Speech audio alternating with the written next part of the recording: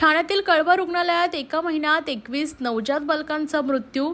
ठाकरे गटाने विचारला प्रशासनाला जाब. ठाण्यातील छत्रपती शिवाजी महाराज रुग्णालयात जून महिन्यात 21 नवजात बालकांचा मृत्यू झाल्याची धक्कादायक बातमी समोर आली आहे. याची गांभीर्याने दखल घेत मंगळवारी शिवसेना उद्धव बाळासाहेब ठाकरे पक्षाचे ठाणे जिल्हा प्रमुख केदार दिघे व सर्व पदाधिकाऱ्यांनी कळवा प्रशासनाला जाब विचारला. यावेळी त्यांनी कळवा प्रशासनाची भेट घेतली. यावेळी शिवसेना उद्धव बाळासाहेब ठाकरे पक्षाचे ठाणे जिल्हा प्रमुख केदार दिघे यांनी सांगितले की 21 नवजात बालकांना योग्य उपचार न मिळाल्यानं मृत्यू झाल्याची माहिती दिली.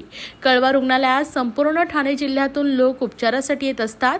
कल्याण, डोंबिवली, अंबरनाथ, उल्हासनगर, भिवंडी, शहापूर या आदी भागातून रुग्ण उपचारासाठी येत असतात. मात्र कळवा रुग्णालयात योग्य उपचार न मिळाल्यानं अनेकांना आपला जीव गमवावा लागत असल्याची खंत केदार दिघे यांनी व्यक्त केली. 2023 मध्ये देखील एका दिवसात 18 रुग्ण दगावले होते.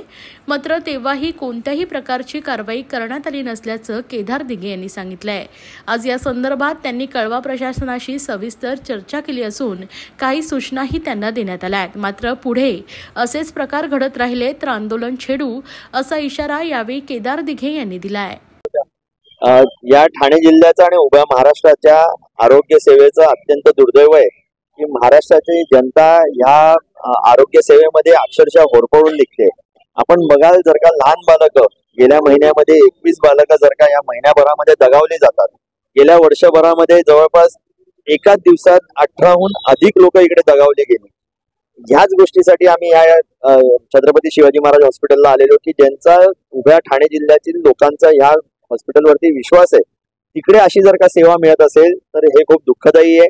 आपण जर का बघितलं असेल तर स्वतः डीननी हे कबूल केलं की ही जी बालकं यांना जी फर्स्ट हँड त्यांना जी ट्रीटमेंट त्यांच्या गावांमध्ये, त्यांच्या आदिवासी पाड्यांमध्ये, हे ज्या ठाणे शहर सोडून इतर भागामध्ये या जिल्ह्यामध्ये जिकडे राहतात तिकडे जे NHI सेंटर्स आहेत ते सेंटर्स फुलफिल्ड नसल्यामुळे, ते सेंटर्स तिकडे तेवढे सक्षम नसल्यामुळे त्या क्रिटिकल कंडिशन मध्ये इकडे येतात आणि त्याच्यामुळे हे दगावले जातात. हे लोक पण तेवढे हेल्पलेस आहेत. याचा अर्थ असा होतो की राज्य शासनाकडे असलेले आरोग्य मंत्री काय करतायत हा पहिला प्रश्न.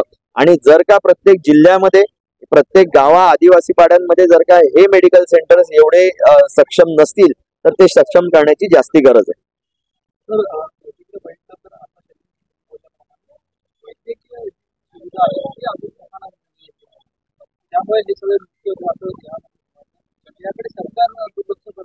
शंभर टक्के दुर्लक्ष करतं. करोडो रुपयांचं बजेट आपण जर का बघाल तर दर वेळेला ते पास होतं.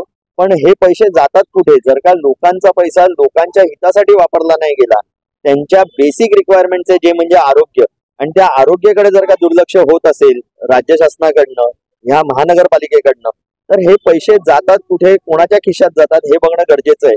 इथे असलेले स्कॅन सेंटर्स ते देखील PPP त्या तत्वांवरती चालतात. म्हणजे एखाद्याने कोणीतरी डोनेट केलेले आहेत त्याच्यामधनं हे लोक बजेटमध्ये तरतूद करतात महानगरपालिका.